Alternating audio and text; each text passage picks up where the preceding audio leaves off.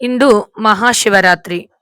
ಇವತ್ತಿನ ವಿಶೇಷತೆ ಏನೆಂದರೆ ಶಿವನು ಪಾರ್ವತಿ ದೇವಿಯನ್ನು ವಿವಾಹವಾದಂತಹ ಈ ಪವಿತ್ರ ದಿನ.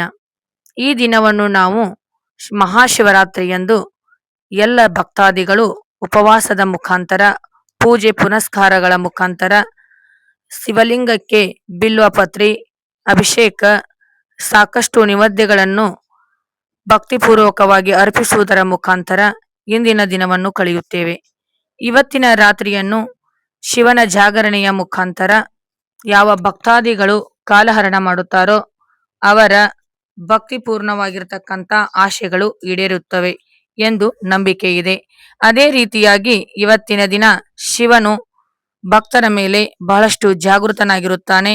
ಇವತ್ತಿನ ದಿನ ಯಾವುದೇ ಕಾಕವಿದ್ಯೆಗಳು, ಮಾಟ ಮಂತ್ರಗಳು ಕೂಡ ಭಕ್ತರ ಮೇಲೆ ಬೀಳಲಾರದಂತೆಯೇ ಶಿವನ ಶಕ್ತಿ ಜಾಗೃತವಾಗಿರುತ್ತದೆ. ಇದೇ ಮಹಾಶಿವರಾತ್ರಿ ಎಂದು ಹೇಳಲಾಗಿದೆ.